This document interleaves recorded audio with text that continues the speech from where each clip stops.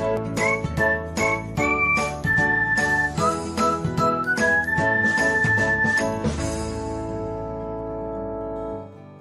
everyone, welcome back to another episode of Technologyglance.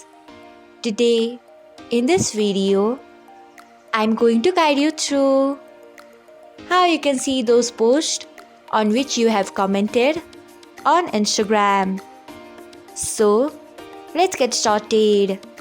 Firstly, open Instagram app in your device. Then tap on profile icon. Next, tap on three lines icon. After that, tap on your activity. Then tap on comments. So, this is how you can see those posts on which you have commented on Instagram.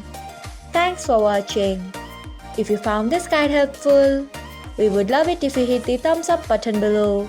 We upload great new tech tutorials like this one every day.